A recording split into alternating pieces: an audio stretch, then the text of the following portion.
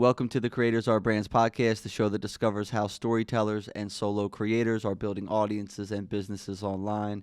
This show is brought to you by the HubSpot Podcast Network, the audio destination for business professionals. And I am your host, Tom Boyd.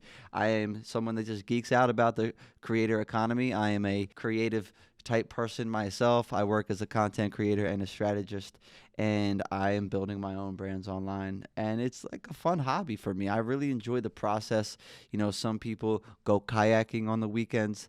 I like to make content, and I think a lot of people can relate to that. So whether this is a full-time job that you're trying to figure out how to be a creator full-time, or you want to be a part-time creator, like this show is for you. And usually in these shows, what I do is I sit down with successful creators, people that have already built brands, people that have insights and knowledge that I want to understand, and I want to capture their knowledge and information through a conversation so you can also learn from it as well. But this episode, this specific one, is a bit different. In this episode, we are doing a solo show. It's just me.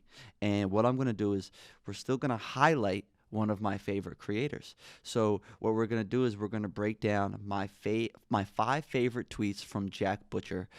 Jack Butcher, and specifically his account, Visualize Value.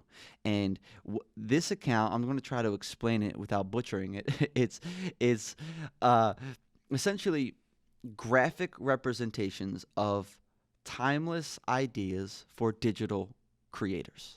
He does a very good job at succinctly showing an idea in a way that is like a clear before and after.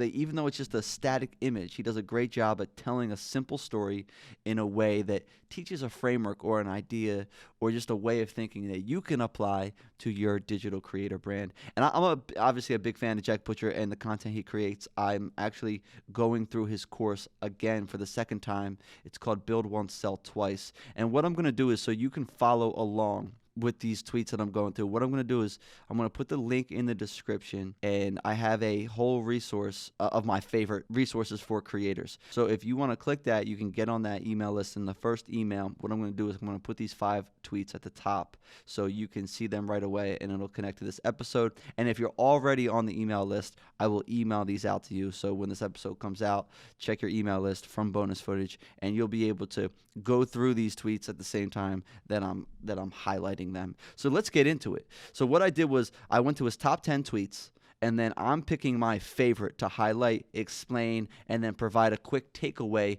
for what that means for you and me as a creator. The first one, I'm going to do my best at this, all right? So because it's an image, so I'm going to explain the image. So the tweet, the word says iterate. Just one word, iterate. And the accompanying image is, and all his graphics are black and white, so they're super simple, succinct, and straightforward. And so there's 3 words on the left side: the perfectionist, or 3 phrases: the perfectionist, and then underneath it says the iterator, and then underneath it says the procrastinator. So that's part 1 of the story. Part 2 is, next to the perfectionist, there's an arrow, and it's a short arrow. The iterator, there's a long, windy, up and down, squiggly arrow. And then eventually, towards the end of it, it starts getting momentum and it starts going up. And the third one, the procrastinator, has no line. It says nothing. So the perfectionist, short, succinct, straight, perfect, dialed in.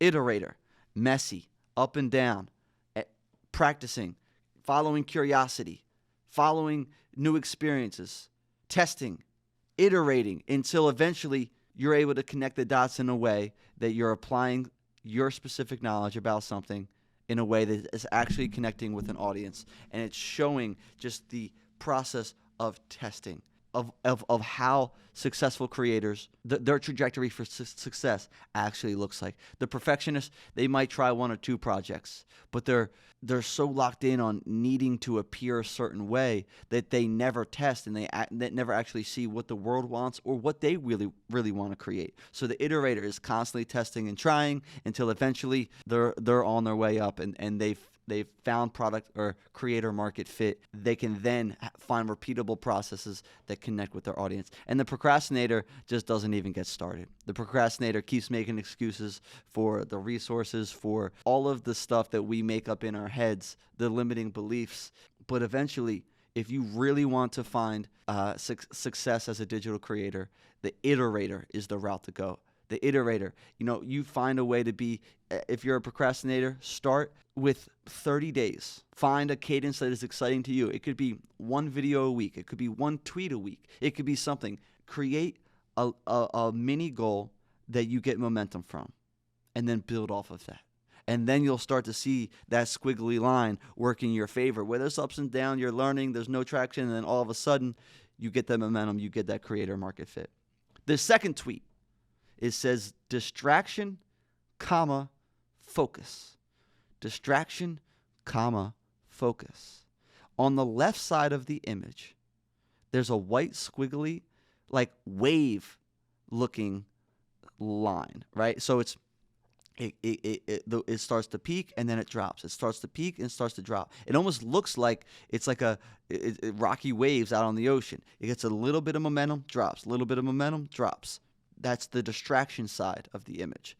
The right side is the focus side of the image. And it's one clean, curved line that starts, and it's like it looks like a quarter of like the right lower quarter of a circle. The comparison here is it looks like little rocky waves versus one big tsunami, one big wave, one big focused force of energy.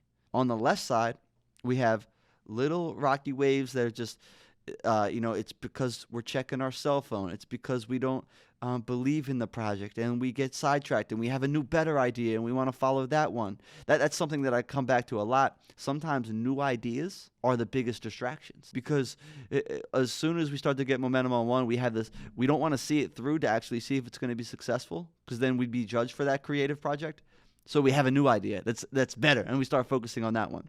But the focus side is the trajectory is over time. It's one clear scaling upward towards actual traction, where the distractions come in, and that comes to protecting your time, learning to say no. I talked with Ksenia Brief about that in my previous episode, about the power of no and saying yes to things that truly light you up. And so, how the beginning of your career, you can get a lot of opportunities, and that part of your career, it kind of makes sense to say yes to a lot of things because you're learning your creator market fit. Whether you're learning as you're working with clients, as you're putting out your own content, you're in a period where you got to say yes to a bunch of things. But once you start getting traction, then if you don't say no, you'll just be overwhelmed with a bunch of projects that you can't fully commit to, and then you're half delivering to a bunch of stuff, not even doing a good job, and then that's when you're serving your clients and you're serving you if you learn how to say no and create clear boundaries. Now we go to the third one. The words say thought, spoken, heard. Thought, spoken, heard. And then the image, black and white image again. The circles are white. There's 3 circles in the middle. The circle on the left is a full circle. The outside rim part of the circle is full, right? I hope I'm explaining these well. It's a circle. It's a straight up circle with black in the middle, right? And then the second one is the outer rim of the circle. There's a couple gaps in the circle, so it's not fully around, but you can still clearly see the image of the circle. And then the third one is it's very sparse in between where the actual lines of the circle are. So thought is a full cohesive thought. Like that's the circle. It's full around. It's clear. You can see it. It's very, very, very. It's not a great way to describe things. It's an absolute circle, a sound circle, no issues about it whatsoever. The second one, spoken. So that's taking the idea and trying to communicate it. And then there's some gaps. There's some missing things that are connected in the communication of that thought. And then heard, the actual way that people are they're perceiving the information that you're communicating, there's even more gaps in between. And it's a great representation of how, one, things can be miscommunicated, two, how challenging it is to actually teach something and share something and tell stories online. The thought, the information is obvious in your brain, but by the time someone receives it through their perspectives, their lens of life, the idea looks a lot different. And it's not on them. It's on us. It's the responsibility of us as communicators, as teachers, as creators to retain that image of the circle as much as possible when we communicate an idea, so it can be downloaded by someone else's brain. And that's just something to keep in mind. That is as you share your ideas, how can we improve? Like this, like even me doing this episode right now, this is me practicing that. Like, I want to get better at doing that. I want to get better at highlighting ideas in a way that it's very, I use the word very again. See, that's it. We're improving. I want to get better at communicating ideas in a way that is easy to retain and apply for the listener. Because if it's not easy to retain and apply, then I might as well have not said it. So it's all in the communication, in how you present your messaging online, and how your brand appears to the world, the words you use to describe what it is that you do when you're talking to people, the stories you tell, the communication with your partner, right? Like, all of that is the words that you choose, how you communicate them, the intonation of certain words, the pacing, your entire delivery of that concept to their brain is an effort for you to retain as much as that circle as possible, so they get the exact idea that you're trying to communicate. Number 4, keep going. That's the text. That's the text in the tweet. Keep going. This image. It's almost like a graph, and there's even dashes. There's even lines representing action. There's even lines representing action.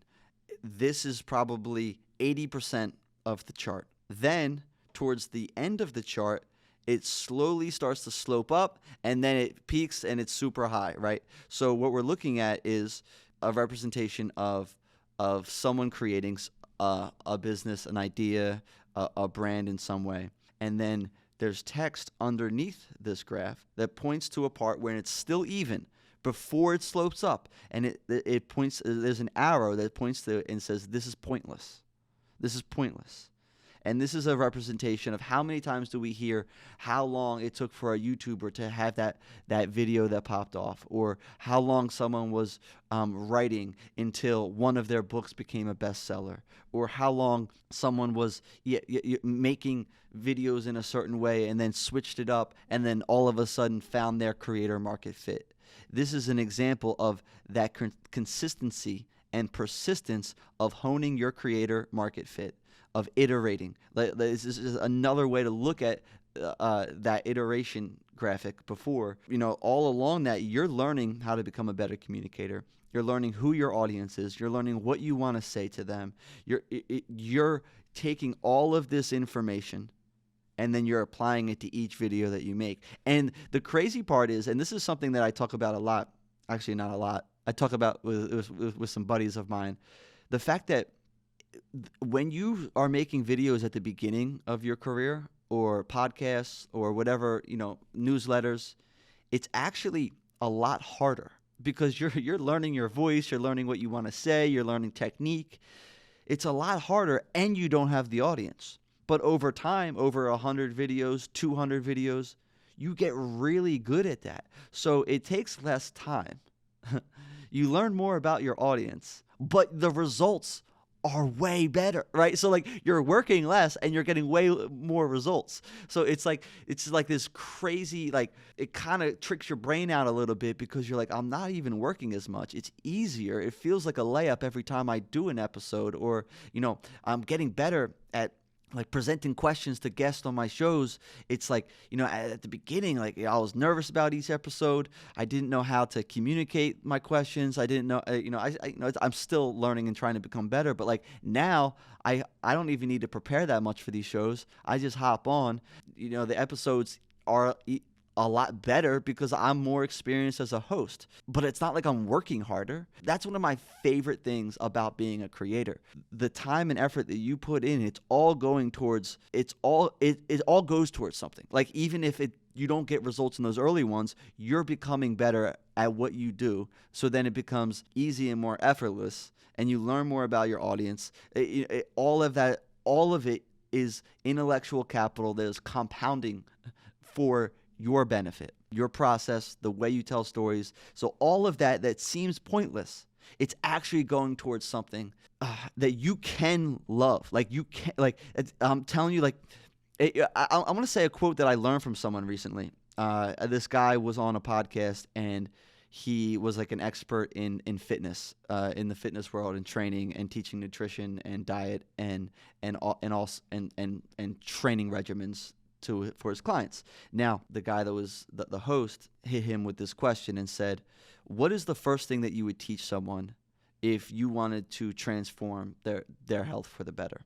And he said that, and he was thinking that he was going to give him like a hack for the gym, a time to go to the gym, something that you should eat, how you should change your nutrition. And he said the first thing that I would do if I wanted to set this person up for sustainable success for his health and wellness, for his fitness, I would get him to fall in love with fitness.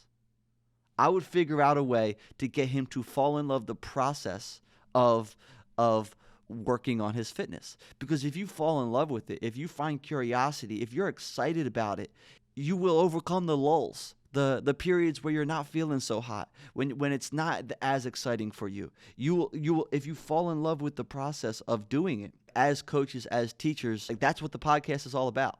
That's what this podcast show is all about, is getting to that point where people fall in love with the stories, the ideas, the opportunities, the way. And I think a big thing is falling in love with the transformation that you're bringing your audience. Each DM, each response to your email, fall in love with the way that the things that you create as a creator educator are affecting your audience, how they're impacting your audience in a positive way. And I think if you fall in love with that process, all of the pointless stuff, all of that, it's worth it. It's worth it as you figure out who you want to be, how you want to show up, the type of content you want to create, and exactly how you want to impact your audience. So all of that, it's not pointless. It's all going towards something, and you have the ability to build something special. And then this goes to the next tweet. And the fifth tweet in this breakdown, he says, collect the dots, connect the dots. So on the left side, there's an image that is it's kind of circular, and there's just dots with nothing really going on, just in the shape of a circle. And the word knowledge is underneath those dots. And on the right side is similar dots, but more. And there are lines connecting all of the dots. And the word underneath of that is experience. So knowledge is stagnant. Knowledge are just insights until you apply that knowledge. And then that becomes experience. And at the same time, you actually gain knowledge from experience. So you're connected. So you listen to this podcast, you watch a YouTube channel, you have your experience in the field as someone that has specific knowledge in a certain domain, right? The actual doing of those things is how you connect those dots, the teaching or the doing. So let's go back to the fitness trainer, right? He has all this experience in this field. He could have just read all the textbooks. The actual connecting of the dots is when he trains someone, when he works with people for on month's end and he sees patterns, and then he's able to take that information, those insights, and continue to teach, refine them to more people. And that's when more and more of those dots become connected. Then you become an actual beast at what you're doing because you're implementing the knowledge. So like there's a lot of different ways to do this, right?